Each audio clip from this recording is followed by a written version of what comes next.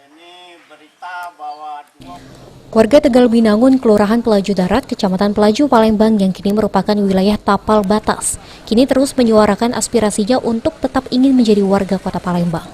Sebanyak 29 rukun tetangga dari 14.000 penduduk warga Tegal Binangun yang menolak berpindah identitas masuk ke Kabupaten Banyuasin.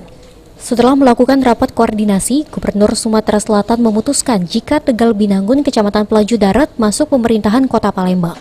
Menyambut informasi baik ini, para warga pun gembira dan sujud syukur, yang mana selama perjuangan warga kini tidak sia-sia.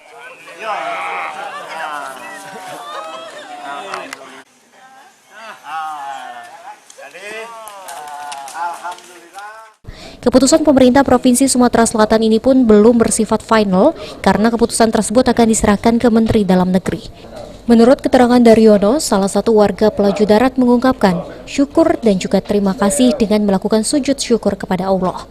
Walaupun keputusan tersebut belum disahkan Menteri Dalam Negeri, dirinya dan warga lainnya sudah senang mendengar informasi tersebut bahwa Pelaju Darat memang masuk ke Kota Palembang. Alhamdulillah, pertama kita bersyukur kepada Allah Subhanahu wa Ta'ala atas perjuangan kami yang dari dulunya memang kami Pelaju Darat dan dibuktikan oleh Allah Subhanahu wa Ta'ala bahwa kami tetap Pelaju Darat.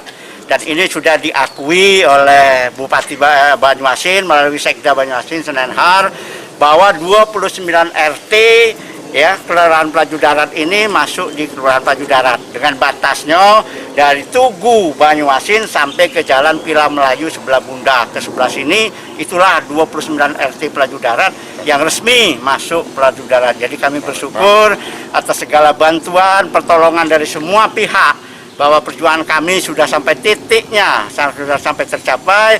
Bersyukur kepada Allah dan terima kasih atas segala pertolongan, bantuan dari semua pihak. Sekali lagi kami ucapkan terima kasih yang sebesar-besarnya. Irawan, PAL TV.